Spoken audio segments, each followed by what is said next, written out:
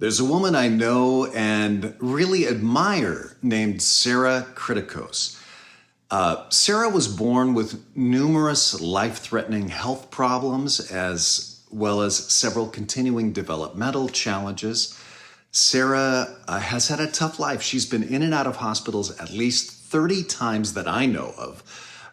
Sarah stands somewhere near only about 4 feet tall. She has one arm that's about half the normal length. She's missing one of her thumbs. I might have been tempted to give up if I had her challenges. But Sarah knows something about how joyful people think. A few years ago, Sarah began having dreams about Jesus, and her mom wrote down some of them. And here's one of the dreams she told her mom about. She said, the Lord called her up on the phone and asked her to come to his house. And when she got there was a lot of people. It was a big meeting going on, and Jesus called her to stand with her, and he put his hand on her shoulder and said, hey, everybody, this is my servant, Sarah. And he said, Sarah, I want you to know how I really like how you've been calling to me in prayer every night before you go to sleep. And also, Sarah, do you remember all those times that you went into surgery? Did you know I was right there with you every time? And Sarah said, I didn't realize that, but I was glad to find out.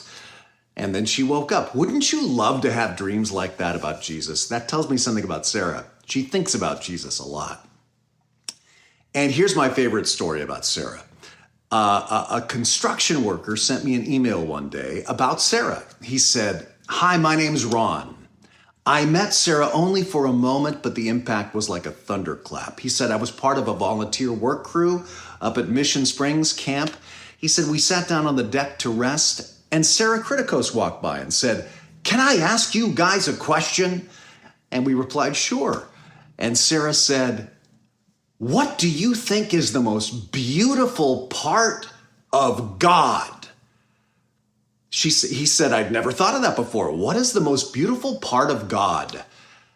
And Ron wrote, we were stunned that this little woman with a strange but beautiful delivery would ask questions that would make us grown men weep.